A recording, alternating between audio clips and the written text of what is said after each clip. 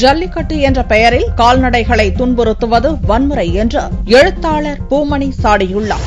பொங்கல் பண்டிகையை முன்னிட்டு தென் மாவட்டங்களில் ஜல்லிக்கட்டு போட்டி நடப்பது வழக்கம். இந்த ஆண்டு ஜல்லிக்கட்டு போட்டி நடத்த உச்சநீதிமன்றம் தடை விதித்துள்ள நிலையில் போட்டிக்கான அனுமதி கேட்டு பல்வேறு தரப்பினரும் கோரிக்கை விடுத்துள்ளனர்.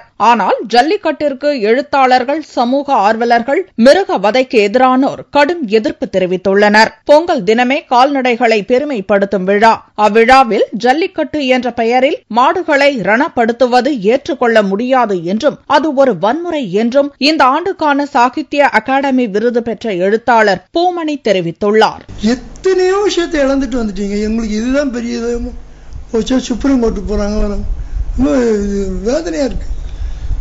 எவ்வளவு விஷயங்கள் இழந்துட்டீங்க நீங்க. இது கடையில மாடு பிடிச்சுக்கிட்டு எத்தனை மாடு வச்சு விவசாயம் பாக்குறீங்க. விவசாயமே பார்க்கல, மாட்டை வர்றதுக்கு தொந்தரவு பண்றீங்க. அது கஷ்டமா இருக்குல்ல. இதெல்லாம் வேற ஏதோ ஒரு விஷயத்தை முன் வச்சு அந்த ஜல்லிக்கட்டு கேட்டுட்டு இருக்காங்கன்னு தெரியுதுன்னு நினைக்கிறேன். அடுத்த தலைமுறைக்கு பொங்கல் கொண்டாட்டம் என்பது வெறும் தொலைக்காட்சி பட்டிமன்றங்கள் மட்டும்தான் என்றும் பூமணி வருத்தம் தெரிவித்தார்.